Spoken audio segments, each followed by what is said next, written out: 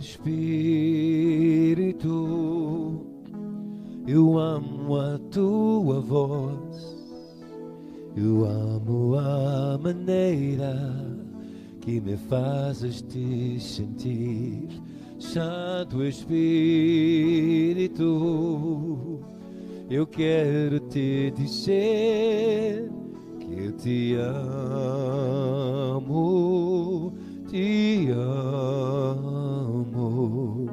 eu te amo, Santo Espírito de Deus. Espírito, eu amo a tua voz, eu amo a maneira que me fazes te sentir. Santo Espírito, eu quero te dizer que eu te amo,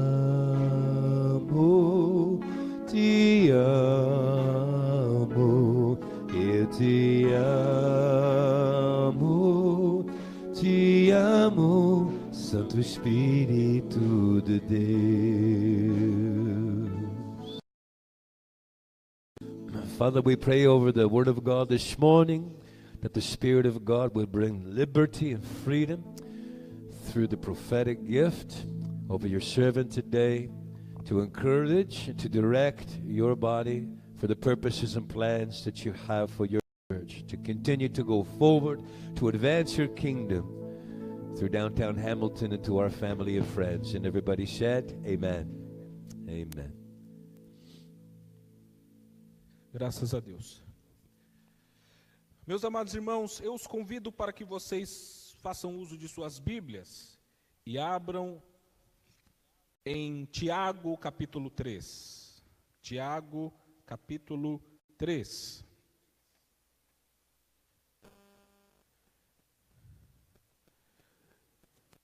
Carta escrita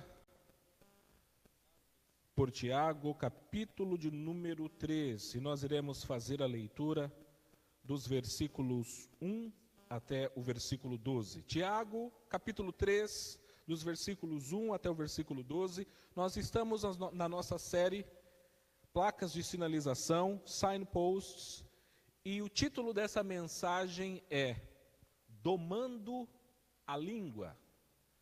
Domando a Língua. Os irmãos encontraram uma passagem bíblica? Amém? Graças a Deus. Diz assim a palavra do Senhor: Meus irmãos, muitos de vós não sejam mestres, sabendo que receberemos mais duro juízo. Porque todos tropeçamos em muitas coisas. Se alguém não tropeça em palavra, o tal varão é perfeito e poderoso para também refrear todo o corpo. Ora, nós pomos freio nas bocas dos cavalos, para que nos obedeçam, e conseguimos dirigir todo o seu corpo. Vede também as naus que, sendo tão grandes e levadas de impetuosos ventos, se viram com um bem pequeno leme para onde quer a vontade daquele que as governa. Assim também a língua é um pequeno membro, e gloria-se de grandes coisas. Vede quão grande bosque um pequeno fogo incendeia. A língua também é um fogo, como mundo de iniquidade. A língua está posta entre os nossos membros e contamina todo o corpo, e inflama o curso da natureza, e é inflamada pelo inferno. Porque toda a natureza, tanto de bestas feras como de aves, tanto de répteis como de animais do mar, se amansa e foi domada pela natureza humana. Mas nenhum homem pode domar a língua. É um mal que não se pode refrear, está cheia de peçonha mortal. Com ela bendizemos a Deus e Pai, e com ela amaldiçoamos os homens, feitos à semelhança de Deus. De uma mesma boca procede bênção e maldição. Meus irmãos, não convém que isso se faça.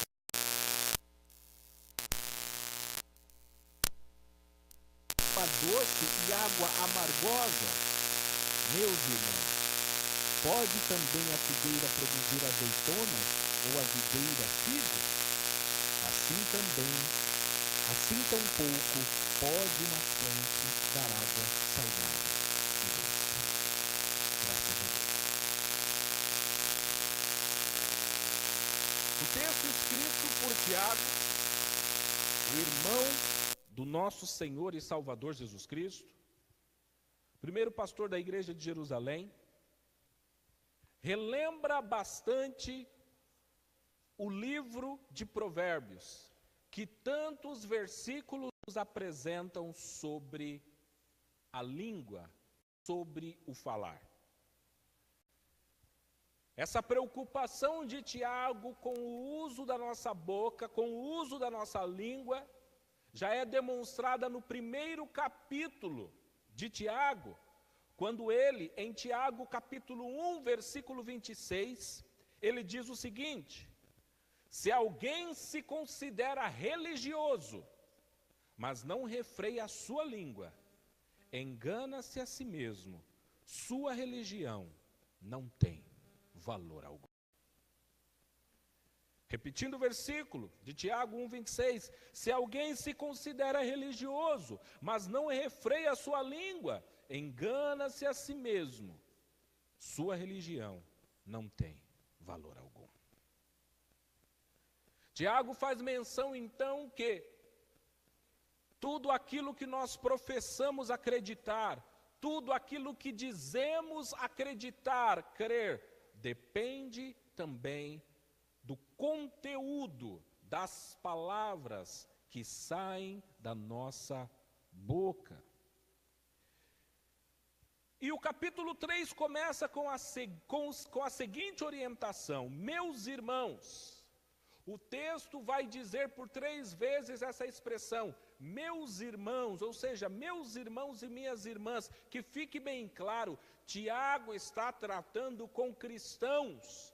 Tiago está tratando com pessoas nascidas de novo, porque alguém pode dizer, é verdade que lá fora, ou seja, fora da igreja, pessoas que não têm Jesus em seu coração, que eles fazem um mau uso da língua, que eles usam palavras chulas, baixas, palavrões, e é verdade que tudo isso acontece, mas o texto aqui está dirigido a cristãos, pessoas nascidas de novo, meus irmãos.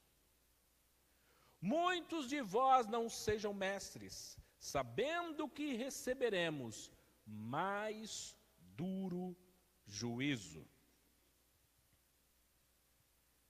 Esse versículo pode nos dar uma impressão errada, pode fazer com que tenhamos um entendimento equivocado. Por quê?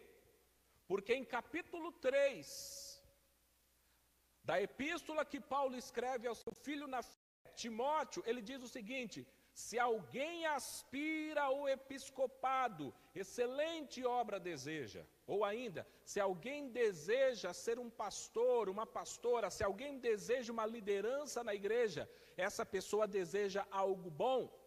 Mas aí você compara esse versículo que Paulo escreveu a Timóteo, Timóteo 3, e você compara com Tiago 3, que ele diz, meus irmãos, muitos de vós não sejam mestres. Aí você diz, mas espera aí, para que nós sejamos líderes, e aqui o texto pede para que nós não sejamos mestres? Há uma contradição? Não, não existe uma contradição. O que ele está querendo dizer é, cuidado com o poder da sua influência. Como líderes que somos, e todos nós somos líderes em determinadas esferas, quanto mais pessoas nos ouvirem, quanto mais pessoas estiverem sendo ensinadas ou discipuladas por nós, maior será a nossa responsabilidade. Quanto maior a nossa influência, maior a nossa responsabilidade. Isso não quer dizer que, ao se ensinar para poucos, que você não precisa se preocupar, mas a Bíblia deixa bem claro dizendo: a quem muito for dado, muito será cobrado. Ou seja, a quem muita liderança foi dada, naturalmente a exigência de Deus será mais alta para aquela pessoa. E esse texto deixa isso bem claro. Você, como um líder, cuidado com as suas palavras, porque as nossas palavras influenciam as pessoas que nos ouvem. Eu gostaria de começar aqui fazendo uma comparação entre dois homens na história do mundo, que são considerados como grandes oradores. Dois homens que fizeram grandes discursos, dois homens que fizeram muitos discursos em muitos momentos e para grandes multidões. A primeira pessoa a ser mencionada é o alemão Adolf Hitler. Ele disse o seguinte: sei que os homens são menos convencidos pela palavra escrita do que pela palavra falada, e que todo grande movimento nessa terra deve ser o crescimento a grandes oradores e não a grandes escritores. Hitler vai dizer o seguinte: as pessoas são mais influenciadas por aquilo que elas ouvem do que por aquilo que elas leem. E todo o grande movimento na terra começou não com a leitura de livros, mas com a escuta de uma mensagem. Portanto, cuidado com o que você fala. Os discursos de Adolf Hitler levaram multidões de pessoas a acreditarem na sua filosofia, na sua ideologia. E com isso as pessoas que o ouviram foram levados a matar, assassinar seus irmãos e irmãs. Foram levados a trair seus irmãos e suas irmãs. Foram levados a roubar os bens dos seus irmãos e das suas irmãs. Foram levados a conduzir seus irmãos e irmãs para campos de concentração, onde milhares e milhares de pessoas foram mortos. Com o final da Segunda Guerra Mundial, o mundo, de uma maneira perplexa, saber que aproximadamente 6 milhões de judeus foram assassinados. 6 milhões. As últimas estatísticas apresentam que Toronto deve ter por volta de 3 milhões e pouco de pessoas, seria o equivalente a dizimar, a matar 2 vezes a população da maior cidade do Canadá. E tudo isso influenciado por discursos. Do outro lado, nós temos um pastor batista, chamado Martin Luther King Jr., também um grande orador. Nos Estados Unidos, dia 15 agora, foi considerado um feriado nacional, o feriado de Martin Luther King Jr. E ele também é conhecido pelas suas palavras, mas as palavras do pastor batista incentivavam as pessoas para lutarem pelos seus direitos, mas que não fizessem uso da violência. Que em vez de matarem os seus irmãos, que eles deveriam lutar pelos direitos dos seus irmãos.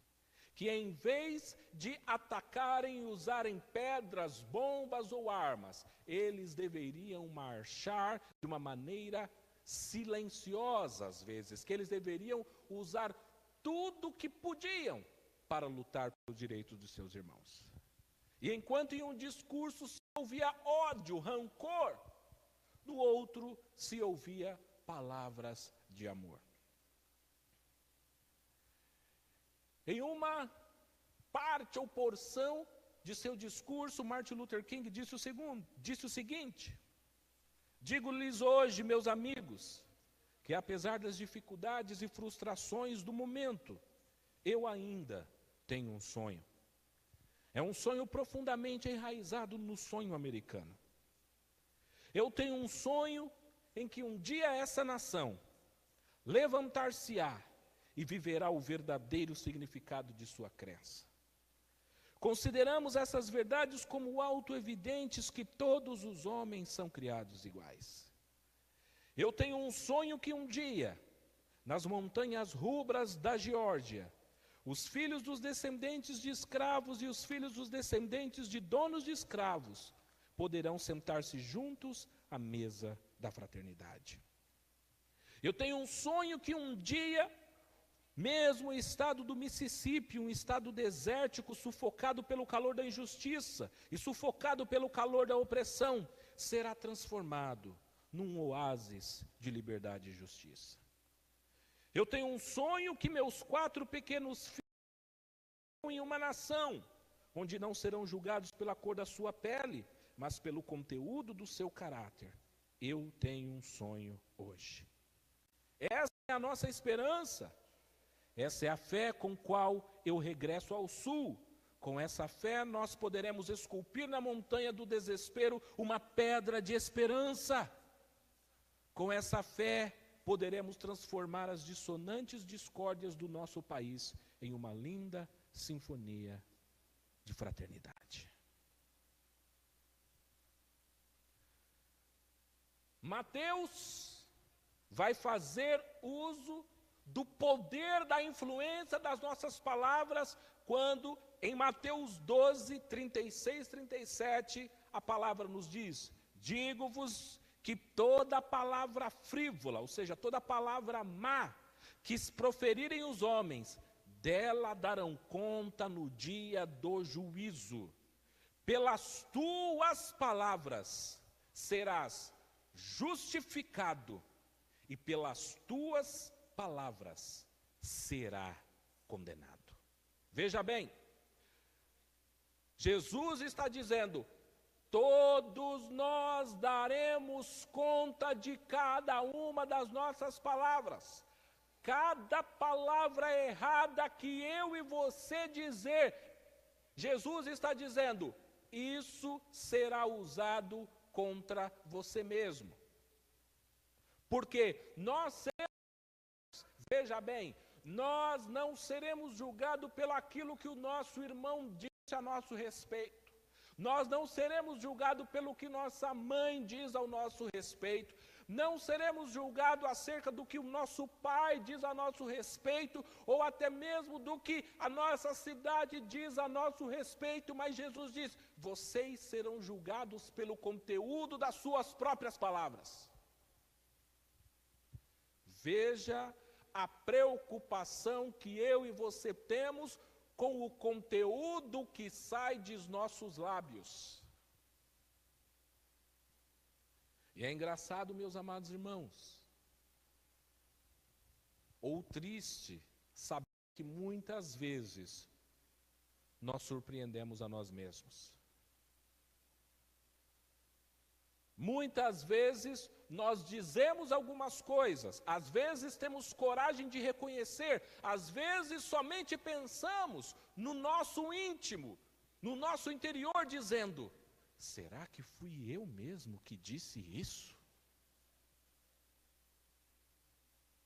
Quando percebemos, quando nos damos conta das palavras erradas, das palavras tortas, que às vezes proferimos. Certo pensador, ele diz o seguinte, cuidado com a tua língua. Ou podemos adaptar, cuidado com a nossa língua. Por quê? Porque ela fica num lugar molhado. E num lugar molhado, ela está propensa a escorregar. Cuidado, não escorregar.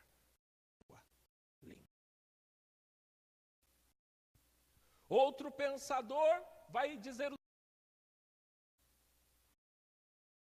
o pior animal, o animal mais venenoso do mundo, se encontra escondido dentro de nossas próprias bocas.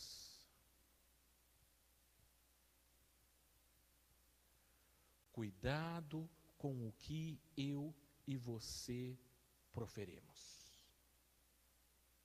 Cuidado.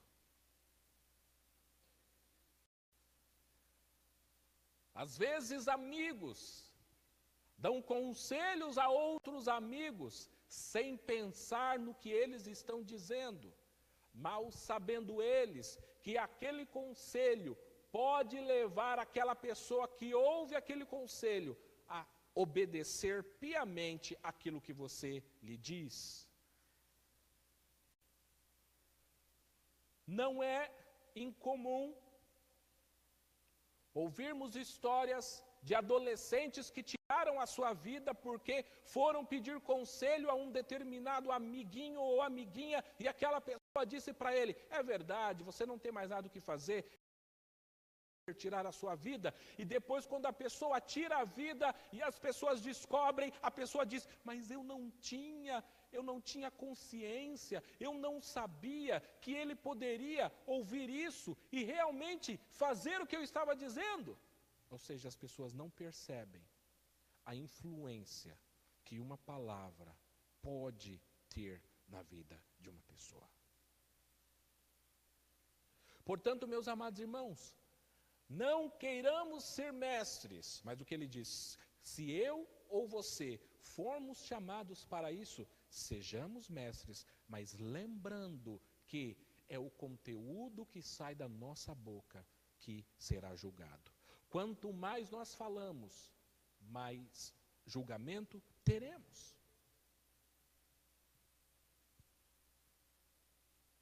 A língua é influência. Tudo aquilo que você faz, de uma maneira simples, influencia as pessoas que te ouvem, ou para o bem, ou para o mal. Tudo que eu e você estamos dizendo, influencia as pessoas para o bem ou para o mal.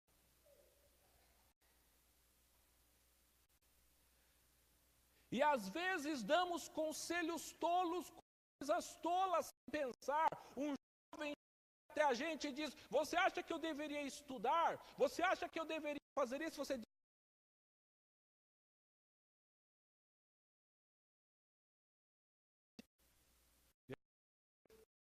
mais tarde.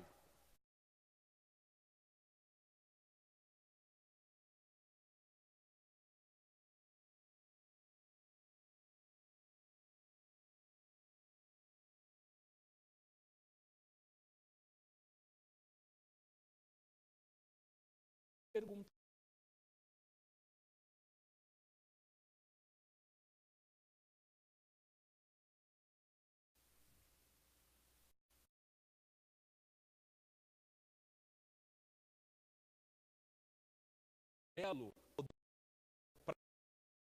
Eu não sei. Quando alguém fala para você: resposta disso, o que devo eu fazer? Você olhar para a pessoa e falar assim: eu não sei. Não existe nada de errado em dizer que você não sabe. Ou ainda, não existe nada de errado, aliás, é perfeito você dizer: por que não vamos colocar isso diante das orações? Vamos orar para que Deus oriente as nossas escolhas, as nossas decisões, sem sermos precipitados e apresentarmos um conselho, muitas vezes, que é um conselho nosso, que é um conselho carnal. A língua, ela tem o poder a língua como descontrole e destruição. O texto que nós lemos, veja bem, o texto que nós lemos diz o seguinte sobre a língua: a língua é fogo. Veja, não é a Bíblia dizendo a língua é como fogo, que se parece com fogo. Existe uma diferença entre ser fogo e entre parecer ser fogo. O texto não diz que a Bíblia parece ser fogo. O texto diz: a língua é fogo. Você pode acompanhar comigo. Tiago 3, versículo 6, o que está escrito aí? A língua também é um fogo. E é esse fogo que incendeia as pessoas a fazerem o bem. E é esse fogo que incendeia as pessoas a fazerem o mal. A língua é fogo. E o pior, o mais complicado de tudo isso, é que no final desse mesmo versículo, ou seja, de Tiago 3,6, diz o seguinte: esse fogo é inflamado pelo inferno. Meus amados irmãos, antes que você possa olhar para mim e dizer, Wellington, mas que palavras duras. As palavras não são minhas, as palavras são de irmão de Jesus, inspiradas pelo Espírito Santo. Ele começa dizendo, a língua é um fogo, e termina dizendo, inflamada pelo inferno. Meus amados irmãos, quando eu recebi a orientação de pregar sobre isso, e eu meditava nisso, eu ficava aqui preso. A língua é um fogo, inflamada pelo inferno.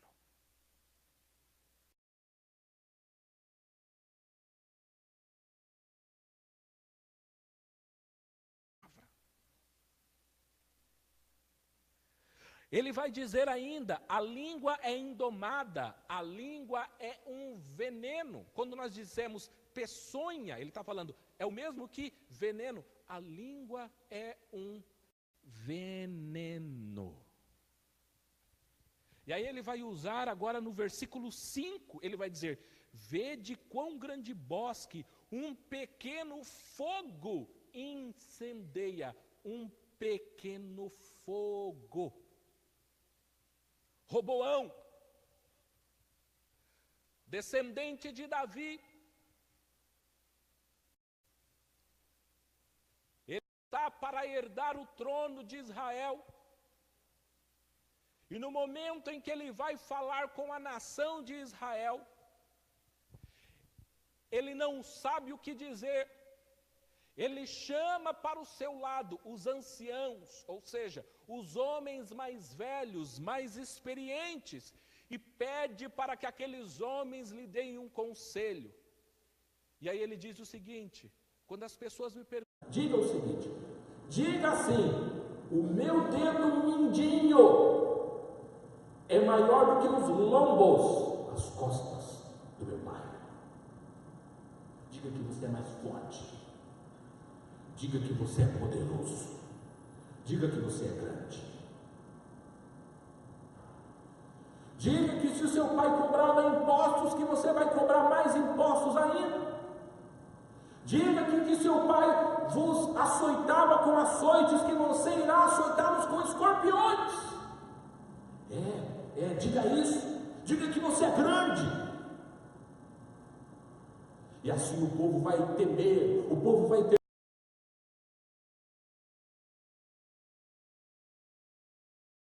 entre obedecer o conselho dos sábios, dos homens mais experientes, ou tinha o conselho de ouvir aquilo que os seus amigos lhe disseram. E ele chega na presença da nação e ele diz exatamente aquilo que os seus amigos lhe pediram para dizer, e ele nada diz acerca do conselho que ele recebeu dos mais velhos. Sabe o que aconteceu? O povo olhou para você, o povo olhou para eles e falou assim: nós não temos nada com você, não queremos você mais. E a nação de Israel é dividida em duas. Tudo isso em razão de uma palavra falada de maneira errada. Veja, a divisão das tribos de Israel foi dividida porque alguém foi instruído pela boca a dizer algo errado. Igrejas são destruídas por comentários de irmãos e irmãs que não vigiaram. Pastores, homens e mulheres, são machucados em razão de comentários que as pessoas falam: mas eu não tive essa intenção. Famílias, pais machucam filhos e filhos machucam pais com o conteúdo daquilo que eles falam. A língua, como descontrole, ela traz. Aquele homem tinha um filho, e o seu filho ficava bravo, o seu filho ficava irado, o seu filho perdia o seu temperamento com muita facilidade. Era uma pessoa que não tinha o controle sobre o seu temperamento, ele ficava bravo muito rápido. E aí eu digo para você, eu acredito que todos nós conhecemos pessoas que ficam bravas muito rápido. Nós temos aquela expressão de dizer pavio curto. Tem um pavio curto, ou seja, o que é um pavio curto? Quando você coloca fogo, o pavio é tão pouco que ele já explode rápido.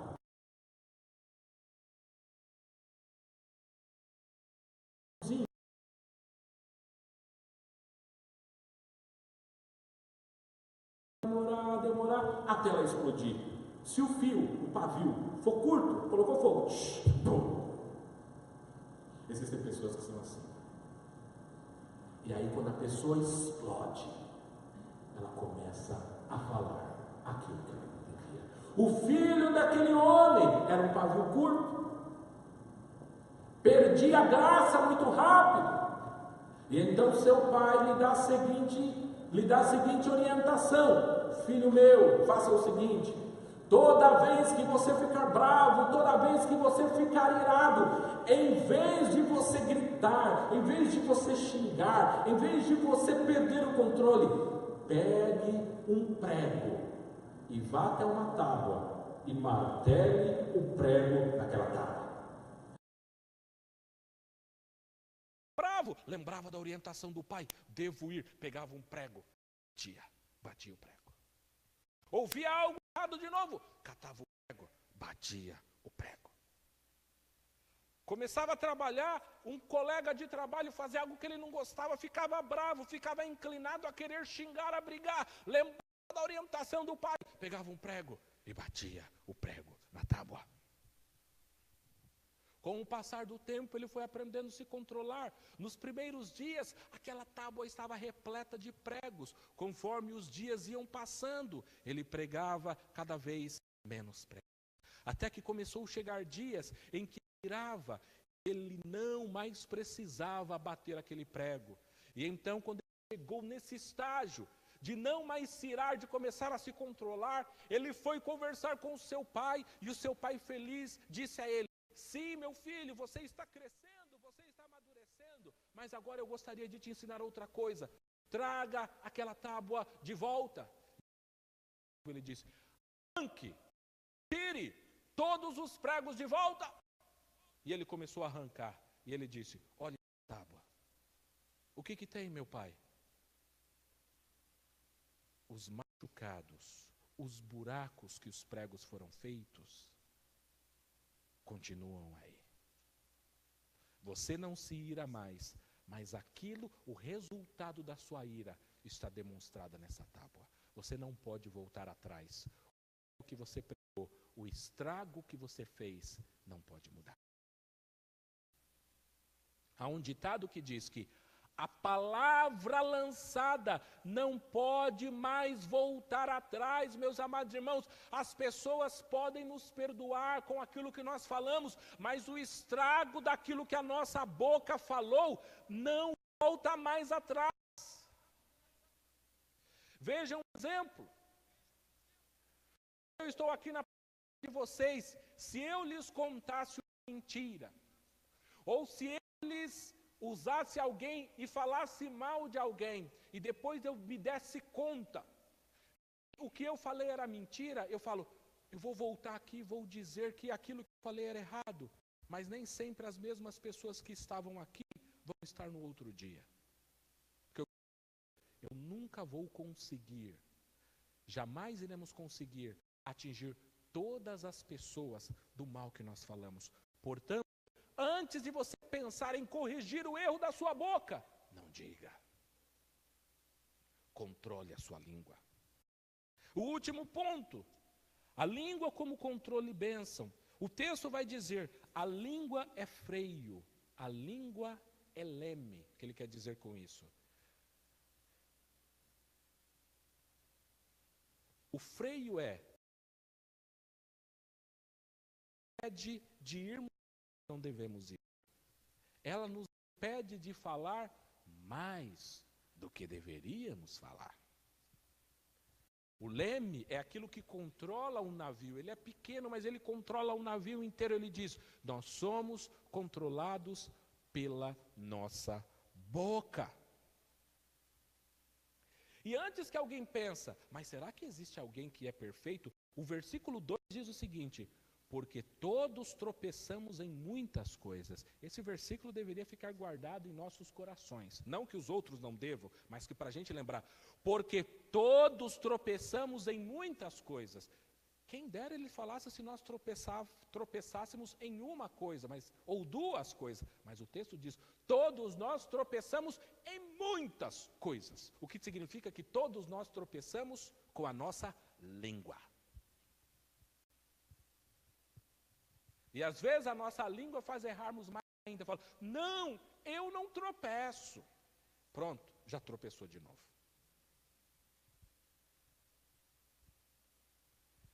Todos nós tropeçamos em muitas coisas. E ele diz, cuidado com a língua. Thomas Fuller, ele disse o seguinte: você pode fazer mais amigos com seus ouvidos do que com a sua boca. Se você for um bom ouvinte, a tendência é que você vai ser um bom amigo. Se você gostar de falar muito, cuidado, é o que o texto de Mateus nos disse, o conteúdo do que você fala vai ser usado contra você depois, a seu favor ou contrário a você. Provérbios 10, 19 vai dizer isso. Na multidão de palavras não falta pecado, mas o que modera os seus lábios é sábio. O que modera, o que fala pouco. O que modera, o que sabe o que dizer. Quem sabe o que dizer é sábio. Provérbios 17, 28 vai dizer, até o tolo, meus amados irmãos, preste bem atenção nesse versículo, até o tolo, ou seja, o louco, até o tolo, quando se cala, é reputado por sábio. Você começa a falar isso ou não, se a pessoa fica quieta em silêncio, você fala, puxa, ela deve estar aprendendo, ela sabe. Quando ela começa a falar, você fala, ih, não entendeu nada. Mas se você permanece quieto, fala, até o tolo, até a pessoa sem conhecimento, se ele fica quieto, as pessoas olham para ele e falam, olha que sábio. Mas a partir do momento que a pessoa começa a falar, você fala, meu Deus do céu. Então ele diz, cuidado com o que você fala. E eu acho interessante isso porque esse provérbio de ficar quieto, enquanto eu preparava esse sermão, o Espírito Santo de Deus me trazia a lembrança disso. O livro de Jó trata muito bem disso. Eu não estou aqui para falar da história de Jó, estou aqui para falar dos amigos de Jó. Tudo aquilo que aconteceu com Jó, não tenho tempo para dar os detalhes, mas depois de toda aquela desgraça, de todo aquele infortúnio que aconteceu com Jó, por permissão de Deus, diz que 3 amigos de Jó foram até Jó para confortá-lo. Jó tinha perdido filhos, Jó tinha perdido casa, Jó tinha perdido bens, Jó tinha perdido praticamente tudo. E os amigos foram até Jó. Diz que quando eles chegaram na presença de Jó, viram aquele estado lamentável, deplorável de Jó. Eles ficam por 1, 2, 3, 4, 5, 6, 7 dias e 7 noites calados. Simplesmente olhando para Jó. Imagine você, meus amados irmãos, você vai na casa de alguém e você para na frente dele e você fica lá 7 dias e 7 noites sem falar nada. Você pode falar, ai, Wellington, mas que agonia. Você fica 7 dias e 7 noites, mas esse é o problema. A Bíblia diz que logo depois desses 7 dias e dessas 7 noites, Jó falou, e depois que Jó falou, os amigos de Jó começaram a falar. E aí entra o problema, meus amados irmãos, porque tudo que os amigos de Jó falaram, os conselhos que eles deram, eles não entendiam nada. Lá no final, no capítulo 42 do livro de Jó, Deus vai olhar para Jó e diz o seguinte, Jó, ore pelos seus amigos, pelo aquilo que eles falaram, e você apresente eles a Deus, e eu vou obedecer. No livro de Jó, Deus abençoa Jó, dá uma bênção a Jó. Mas ele diz, ore pelos seus amigos. Por quê? Porque tudo o que eles disseram não provinha da minha boca. Todo aquele diálogo não presta. Era melhor eles terem continuado nos 7 dias e 7 noites, calados, do que falarem daquilo que não sabiam. E o engraçado que ele faz, haviam 3 amigos, ele faz Bildade e Zofar, ele faz o primeiro a falar, ele disse o seguinte, se alguém se aventurar a dizer uma palavra, você ficará impaciente, mas quem pode refrear as palavras? Ele mesmo disse, mas quem pode controlar as palavras? Ele mesmo reconhece, a gente não consegue controlar aquilo que dizemos, e foi exatamente aquilo que ele disse que vai condená-lo no final do livro. E eu quero concluir, meus amados irmãos, mencionando 2 pessoas, Abigail e Nabal. A Bíblia diz, em 1 Samuel 25, capítulos 24 ao 33, que Davi, antes de se tornar rei, estava passando por alguns locais, estava com os seus 400 soldados, e perto de onde ele estava havia um homem muito rico, havia um homem muito poderoso.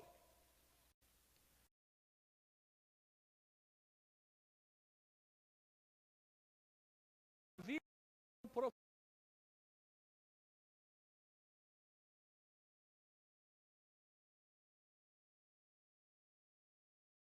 cuidavam, faziam com que nenhum animal chegasse perto, ajudavam, até o dia em que Davi falou o seguinte, irei mandar agora um mensageiro para fazer um pedido a Nabal. E ele disse o seguinte, Nabal, nós estamos aqui há um tempo, cuidando dos seus animais, protegendo os seus bens, e gostaríamos de pedir que você nos desse um presente, nos desse algo, nos recompensasse com alguma coisa. Davi não pediu nada em específico, Davi não estipulou quantidade, Davi simplesmente falou, gostaríamos de receber algo de você. Nabal olha para aquele mensageiro e diz, quem é Davi? Quem é esse homem? Eu não o conheço, eu por acaso vou ficar dando presentes, vou ficar adulando, conheço, diga para ele ficar no lugar dele, eu não vou dar nada. Veja a fala desse homem. Aquele mensageiro volta até Davi e diz, ele disse isso, disse que não te conhece, mereceu, e que ele não vai te dar nada. Davi se ira em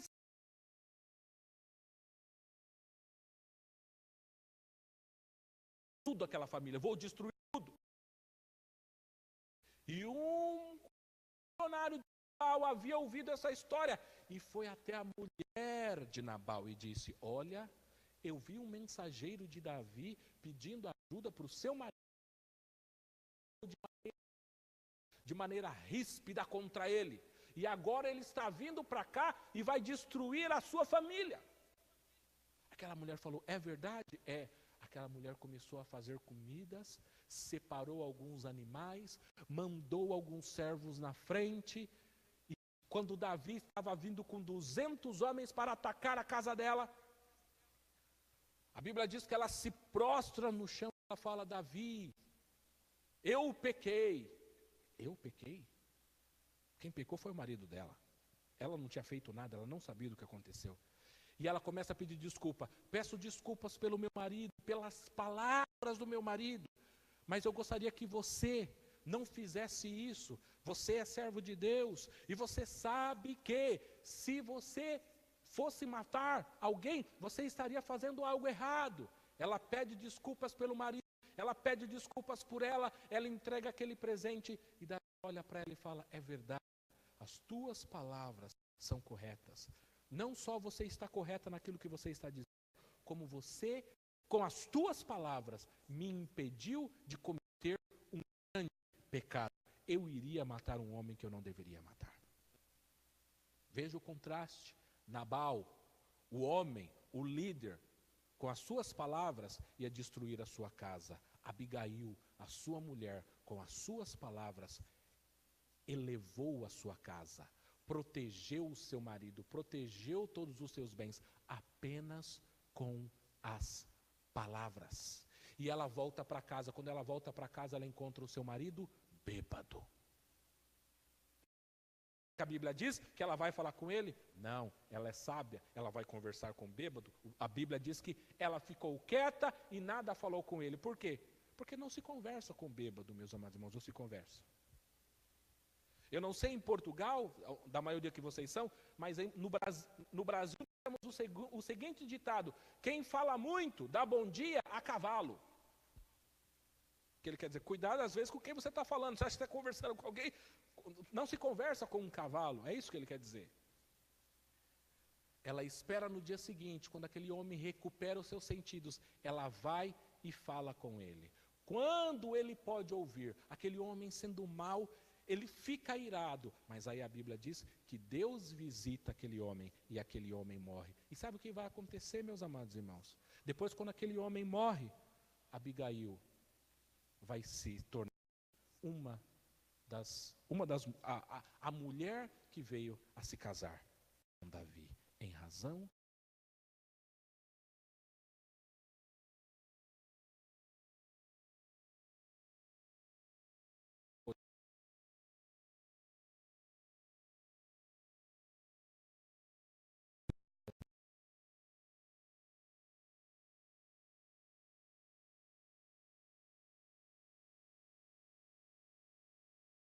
meus amados irmãos, reflitamos, vamos pensar muito bem antes de dizer qualquer uma. E, enfim, apenas fazer um breve comentário, que nós também não devemos ser tolos. Existe uma filosofia chamada de positiva. O que é confissão positiva? Confissão positiva é a ideia de que aquilo que eu falar vai acontecer comigo. Então, por exemplo, você olha para uma situação e você diz: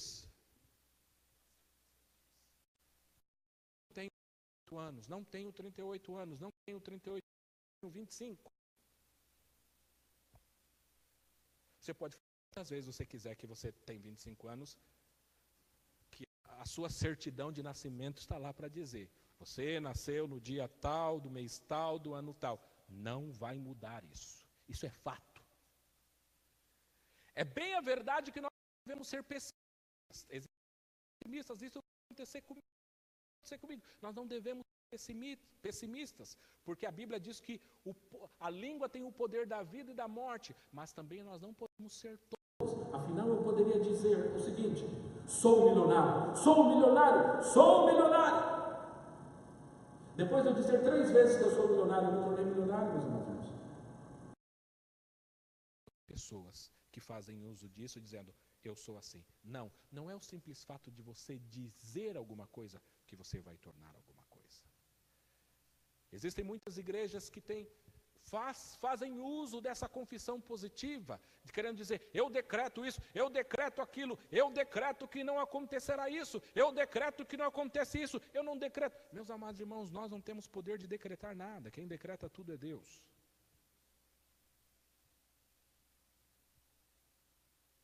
Portanto, tenhamos cuidado com as nossas palavras e não sejamos tolos ou infantis, porque o conteúdo das nossas palavras será usado para edificação ou para destruição. Que Deus nos abençoe, em nome do Senhor Jesus.